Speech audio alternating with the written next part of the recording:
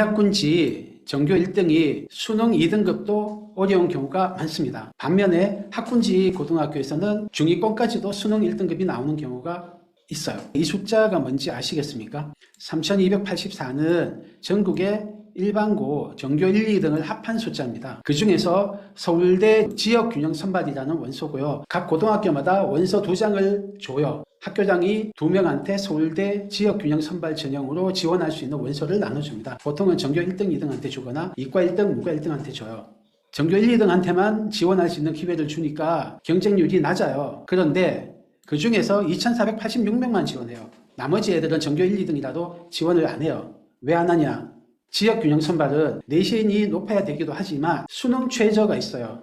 수능을 쳐서 최소한 3과목 합이 7은 돼야 돼요. 가장 성적이 좋은 3과목 등급을 합해서 7등급 나와야 돼요. 예를 들면 국어, 수학, 탐구, 물리라고 할게요. 국어, 수학, 물리를 해가지고 2등급, 2등급, 3등급 하면 딱 7등급이에요. 그래도 된다요. 근데 이 수능 최저를 맞추는 애들이 1367명이에요. 수능 최저를 못 맞추는 애가 수능 최저 미달이 약 절반인 45%입니다. 사실은 2등급, 2등급, 3등급 해도 수능 최저가 되는데도 못하는 애가 절반 가까이 돼요. 그 중에 506명이 합격합니다. 수능 최저만 통과하면은 3대 1이 안 됩니다. 서울대 들어가기 좋아요. 굉장히 경쟁력이 낮아서. 그래서 서울대 지교는 수능 경쟁력이 약한 지방이나 비학군지의 일반고 상위권 학생이 서울대를 가기 좋은 전형이에요.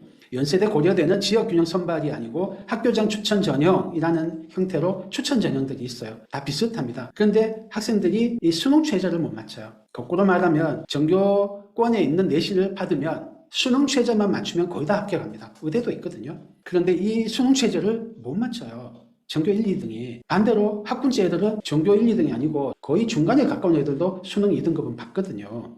왜 이렇게 학력 격차가 많이 생기죠? 왜 생길까요? 이유가 뭘까요? 불공정해서? 수능이 불공정한가요? 시험 범위 오픈돼 있고 어떤 문제가 출제된다 오픈돼 있고 교재도 정해져 있고 인터넷 강의에 일타 강사 강의도 다 오픈돼 있고 모든 게 다 오픈돼 있어요.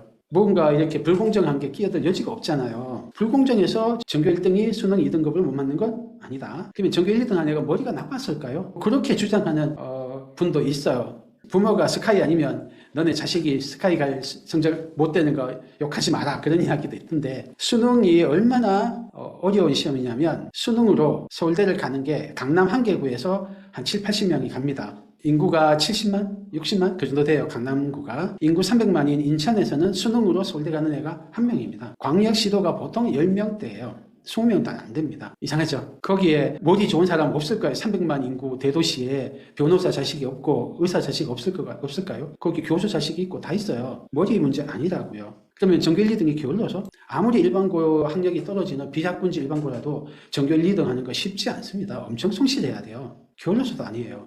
이유가 뭘까요? 왜냐하면 얘들이 공부를 제대로 하는 거는 고등학교 가서인 거예요. 그런데 그 전에 초등학교, 중학교 때 교육 격차가 따라갈 수 없을 만큼 벌어져 있어요.